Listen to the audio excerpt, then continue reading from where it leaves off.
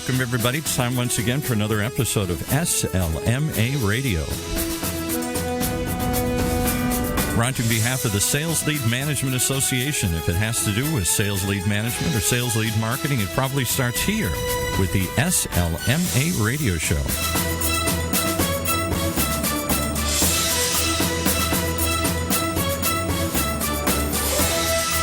Today, as always, we're privileged to have with us the founder and executive director of the SLMA, Jim Overmare. Hey, Jim. Thank you, Paul. Paul Roberts is our producer for all programs in the Funnel Radio channel and my sidekick for the last 10 years. And I have with me today Art Saxby. Art's the founder and CEO of the country's largest strategic growth implementation company. Chief Outsiders is an executive as a service firm providing outsourced chief marketing officer services. They've got 75, or Art, is it closer to 120 CMOs out there working? Well, 75 CMOs. I think this month we had 120 active clients.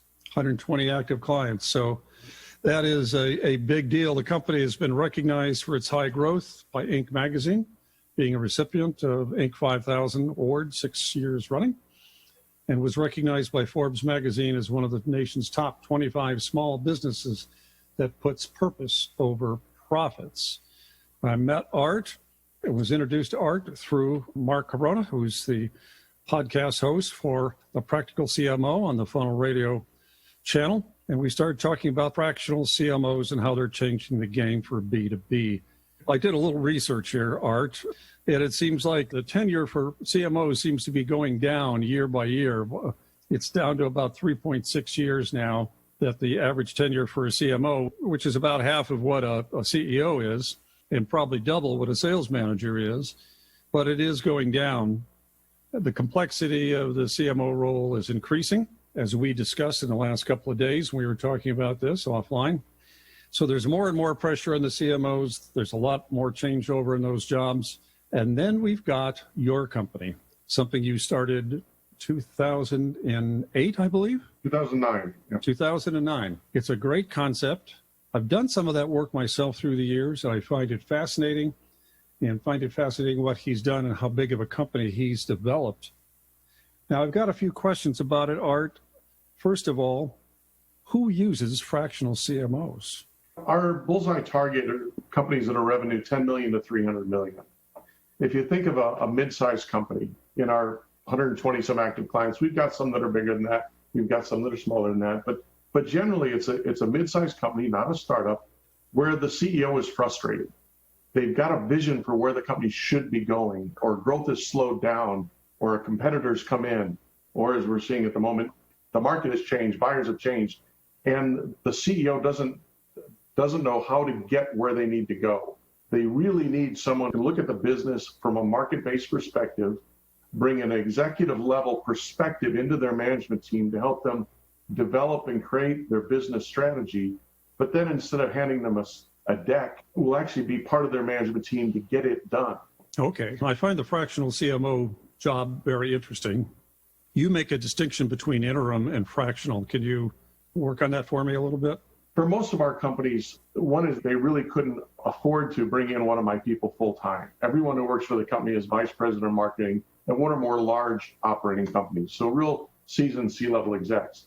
In most of these companies, our folks would probably drown them also. The mid-sized companies can only really accept change or move the organization so fast. So it's better for us to be part of the management team 1 to 2 days a week over 6 to 12 months to implement the growth plan, develop the growth plan, get it going in the organization, get it going in the marketplace, bring that vision to life in the market. So 1 to 2 days a week over 6 to 12 months versus cramming a bunch of people in a conference room for 3 weeks and thinking you have the answer. That certainly makes sense.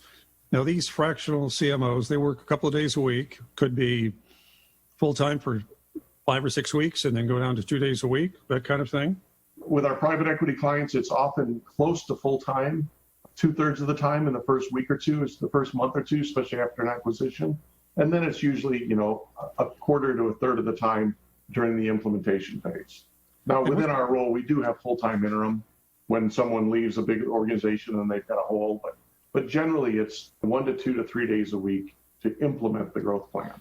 And this is very often because the CMO has left the company, or they don't have a CMO in place and they need somebody to lead it and make the changes required? Yeah, most of our clients have never had a CMO or a vice president of marketing. They have a vice president of sales and marketing who's often a very good sales executive, but there's a 25-year-old marketer down the hall who can get stuff done.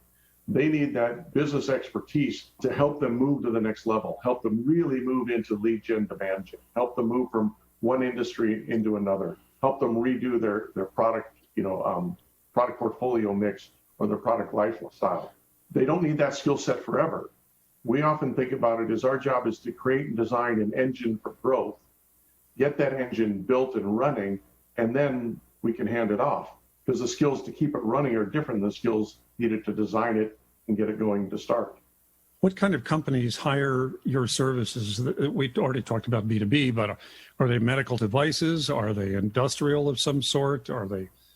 It's an amazingly broad range. Like I said, this month we're on the managed team of over 120 companies. So there are chemical companies, there are plastic injection molding companies, there's women's fashion, there's healthcare, there's insurance companies, there's a lot of software. Often the more industrial manufacturing companies are where we can have some of the biggest impact because marketing and strategic marketing has never been part of their DNA. But then in the world of software and technology companies, the marketplace moves so fast, they have to have someone who can really bring in that marketing expertise in order to stay pace with the market. Can you give me a feeling for some recent successes you've had with some companies by bringing in that fractional CMO? It's almost always strategic, whether it's a company that's trying to figure out how do they go from telling their sales force to go out and seek to strategically looking at it. We had one company that was in the plastic injection molding business, and they had actually called us in. They said they figured they'd been doing this for 25 years.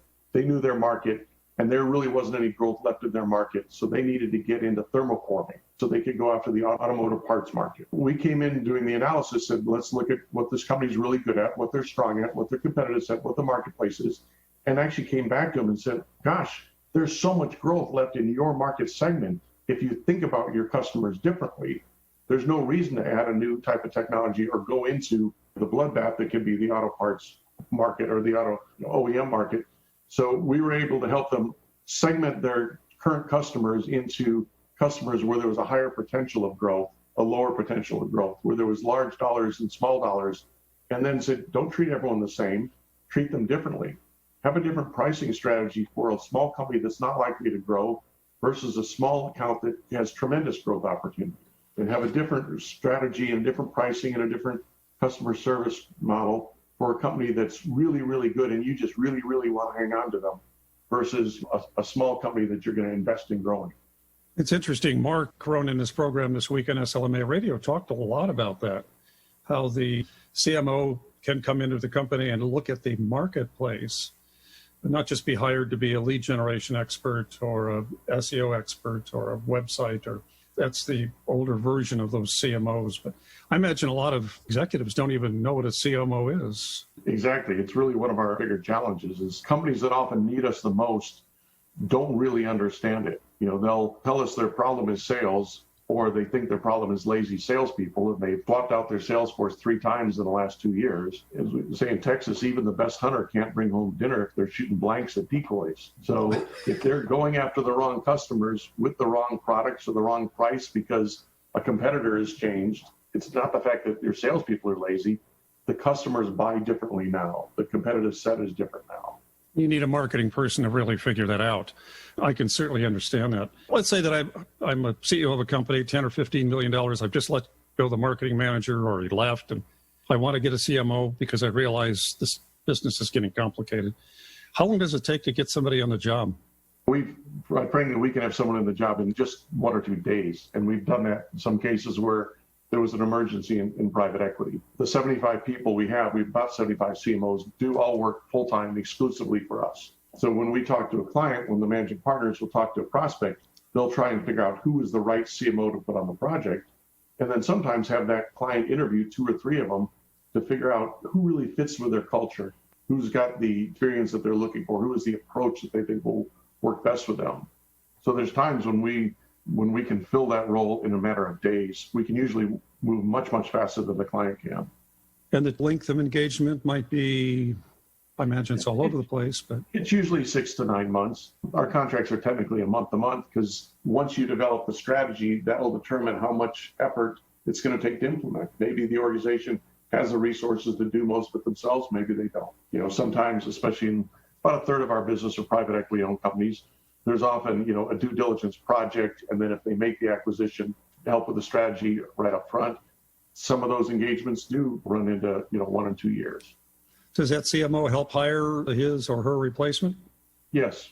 Most often they're hiring a director or a manager. Most of the time they don't really need a vice president level person. They said once we've created and developed this engine for growth and it's running, it's a different skill set to keep that lead gen engine going versus figure out which market segment you should go after. So we're not headhunters, but we'll help write the job spec. We can help with the interviewing and then some coaching as we fade away. Well, the CMO job today very often is managing maybe 6 or 7 managers in the marketing department. If the company's getting up to 50 to 100 million, $200 million, they've got content managers, they've got a CRM and marketing automation managers. They've got people that are really specialists in these fields. You can't have a generalist anymore. These aren't the days of the marketing communications manager that could do pretty much everything. It's far beyond that. That's one of the challenges that we see in the marketplaces. There's no more full stack CMO. There's no more, a CMO who can know everything about marketing, even for a given company or industry. And the needs of the company are going to shift depending on where they are, whether they're introducing new products or a time for a new competitor's moved in, or they're changing, technology. There's very, very different skill sets. It's one of the reasons that our folks love working for us so much is because they've all been that vice president marketing. They've all got to the point where they could really do whatever they want to do. And they decide they don't want to go back and sit in another meeting about a plan. They don't want to go back and take another full-time VP marketing CMO role. What they love to do is say, let's just focus on the part of the business that I really love. Any of us, if we think about it, there's part of our job where we're really, really good and we really love it. And then there's an awful lot of our job where sometimes it's the HR and it's the budgeting and it's not the highest value. But my folks get to focus on the highest value part of what they do, because in figuring out who's the right CMO, if the job has to do with a lot of data analytics, I've got people that absolutely love that. If the job is more customer insights and positioning and communication, there's different CMOs that say that's the one for me. So we can help someone get on a project, or usually on the management team at 2 or 3 companies at once, where they're really doing the stuff they love, the stuff that they just really get excited about, which is often the most value that they can offer. Well, that makes a lot of sense. There's a lot of pressure today for CMOs who understand the database structure of the company. More and more, it turns out that database is how would we put it?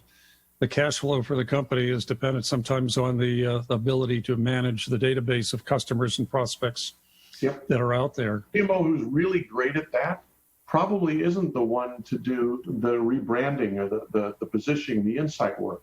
So sometimes we do work with larger companies where they have a CMO in place who's a really good CMO, and they recognize there's this other skill set that I need to bring in. Sometimes politically they can't hire another vice president level. They can't get that head approved. We can come in as a consultant to support that CMO in place with this technical expertise they only need for a short period of time. Interesting. We're going to take a quick break here and hear a word from our sponsor today, and it happens to be you. Although you didn't really know that when we started these conversations, but we like to give back to our guests, and so we like to run your own commercial on our shows, and for everyone to know this is not paid. No one ever pays to be interviewed on SLMA Radio or the Funnel Radio channel. We've interviewed about 750 executives over the last 10 years, and no one's paid to be here yet. We get great interviews that way. Paul, let's go over to you to hear from our sponsor.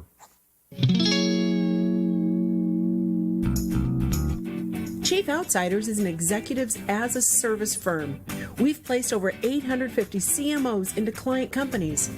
Our mission is to help companies with their growth challenges by providing a CMO to crystallize the growth strategy and get the growth plan implemented. Chief Outsiders brings the discipline of marketing to companies who've never had a VP of marketing or CMO in the executive suite. CEOs often engage us when they're frustrated with their organization's ability to implement their vision for growth.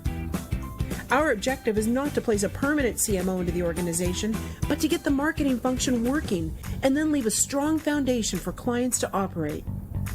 Chief Outsiders, we're here when you need an interim, highly qualified C-suite solution.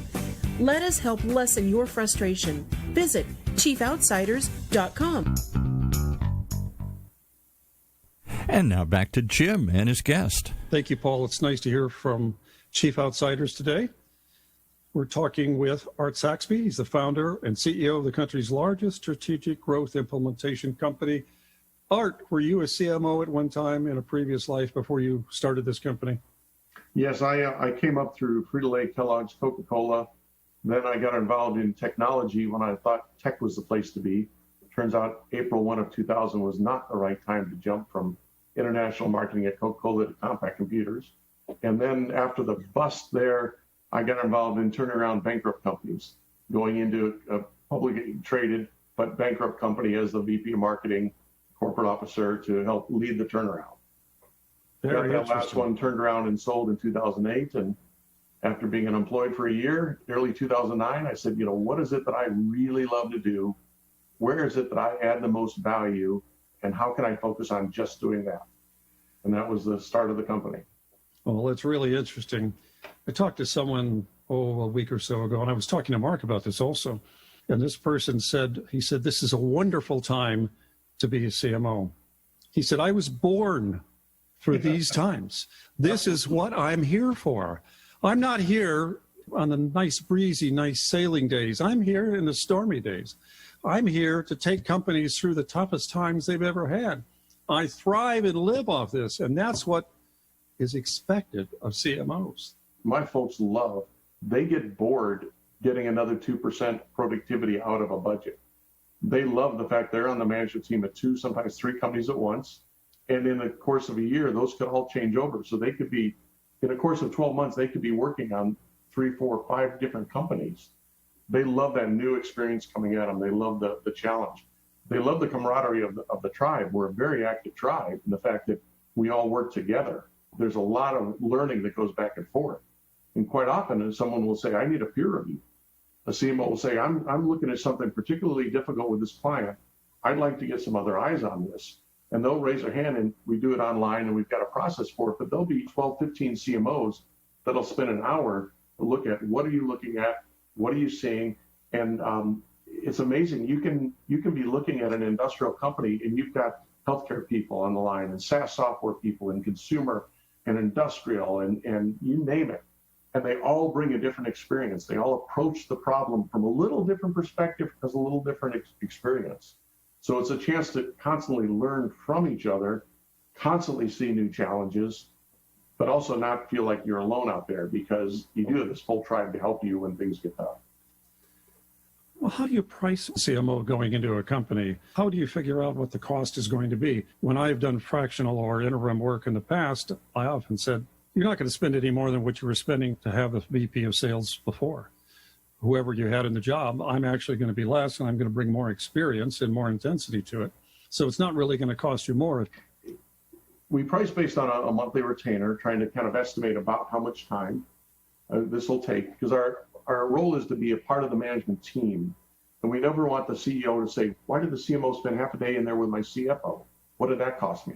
It's a monthly retainer based on how much we're going to be doing. We're quite expensive, so we're not cheap. They can find someone at Starbucks a whole lot cheaper than they can bring in one of our folks. But our folks have such tremendous experience, they're going to get to the answer faster. They're going to have a much bigger response. If you're only focused on the key strategic initiative, they don't need to be there all day, every day.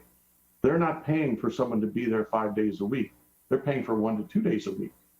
But those 1 to 2 days a week, they're getting the key strategic element. They're getting the high value stuff that person's really delivering. Of course, that person's thinking about the client all the way during the week, and there's phone calls and there's emails going back and forth.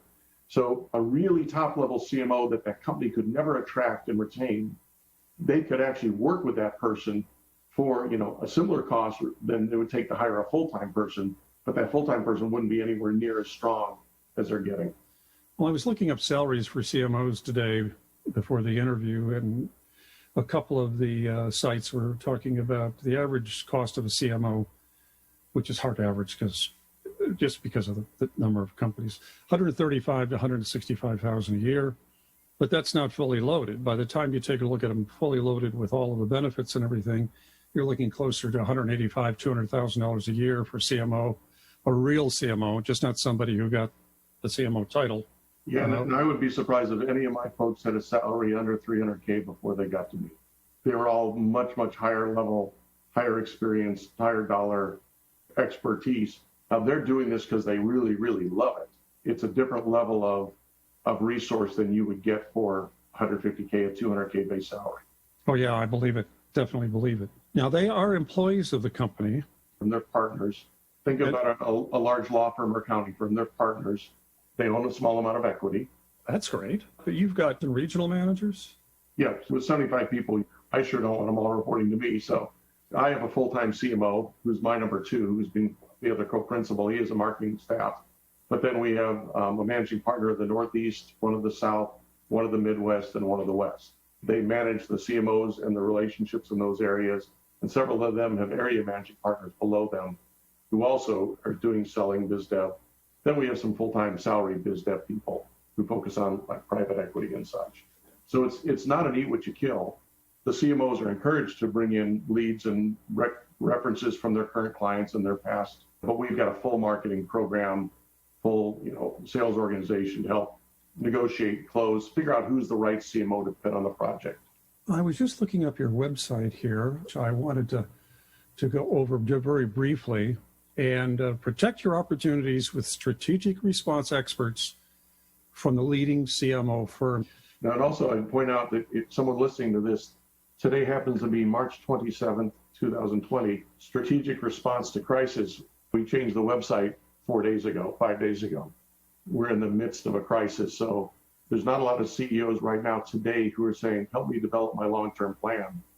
Today, they need strategic response. You've got some interesting stats up here, 900 plus clients, 70 professionals on staff, CMOs or more. Industry average NPS score is 3x, 60 industries and 88 plus P&E firms engaged, et cetera. So you've got a pretty deep level of experience here. What happens if somebody wants to hire one of your CMOs? They really like him and they say, hey, I got to get this person on board. Is that a possibility?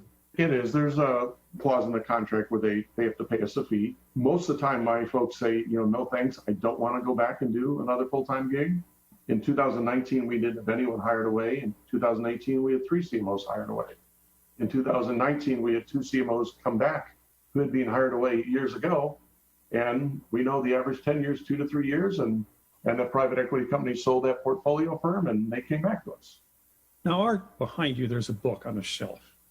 It's called The Growth Gears. Tell me about that book. Who are the authors of this? Pete Hayes, who's my CMO, the other co-principal, and myself wrote the book. It's targeted not to marketing professionals, as your audience. It's really targeted to CEOs of operationally focused companies. It's those CEOs who came up through engineering, manufacturing, really understand how to run a company, but they focus all their time inside the 4 walls of the company. And it talks about marketing is not just a bunch of crazy creative ideas. Marketing is a logical linear process, the growth gears. A CEO of an operationally focused company can leverage that type of experience to grow their company. Well, I'm going to order the book today because I've got a great curiosity. Do you have other authors on your staff? Yes, Karen Hayward just published another book. She's our managing partner of the West, called Stop Random Acts of Marketing. It was published earlier this year, and it is also an Amazon bestseller. Growth Gears is about 3 years old. It's an Amazon bestseller, and Stop Random Acts of Marketing, like Karen Hayward, jumped to an Amazon bestseller in its first month. Well, I'm going to click on the buy now so I can get the book afterwards. And she's been interviewed on SLMA radio last year sometime. So she's really bright, and I'm looking forward to getting her book also. She is quite a hard charger. I love having her on my leadership team. Art, how can someone reach you if they want to know more about the fractional CMO, the opportunity to put a fractional CMO in their own company? How can they reach you? The best thing is really to look at chiefoutsiders.com, just www.chiefoutsiders.com. Whether they're a CMO who has said they've had a couple of vice president roles, that is a basic requirement. They don't want to go back and do that again, but they want to be part of something bigger with a full support system of other CMOs they can learn from. Other than this blip we're in March of 2020, we're growing aggressively and adding CMOs. If they're a CEO, read through a little about what we've done. We can help them. There is a list of all of our CMOs on the website, and they can search by industry. But it's really best to fill out the form, and we can contact them and help them figure out who is the right CMO for their company. Sometimes it is based on the industry they're in. Sometimes it's based on the market. But often the best fit is when we have someone who solved the business problem they're having, who might have done it in multiple industries. So that's where we can help really get the match right.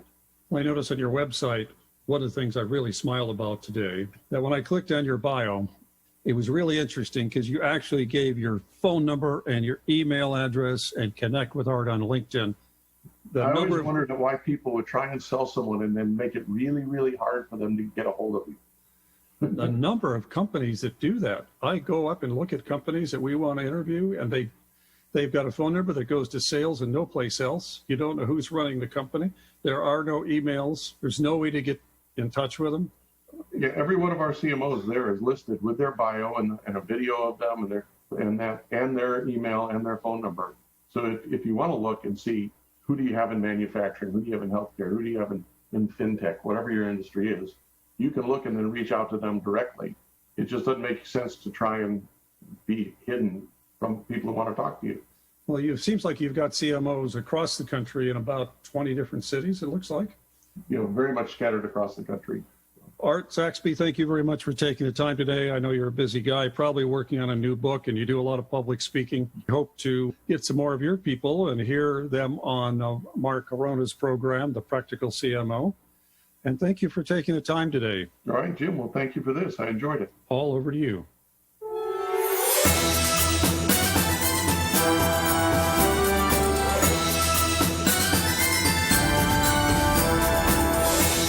You've been listening to another example of SLMA Radio, brought to you on behalf of the Sales Lead Management Association, right here in the Funnel Radio Network, for at-work listeners like you.